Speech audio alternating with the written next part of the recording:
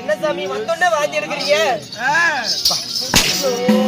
வாந்தி எடுக்கடா உங்களை வந்தோடனே ஏன்னா ரொம்ப கோபமா இருப்பியாட்டுக்குது. ஏன் புல்லட்ட ஸ்டார்ட் பண்ற? ஓ நீ சிரிக்கிறத பார்த்தா அந்த காலத்து புல்லட் ஸ்டார்ட் ஆகும் இல்ல.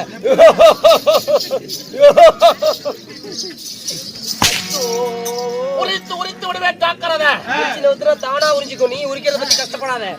எதை சொல்ற? ஆட்டுத்தோல் தண்ணி ஊத்துனா பிளக்குன்னு வந்துடும். ஆமா சாமி எக்கச்சக்க பேசுற.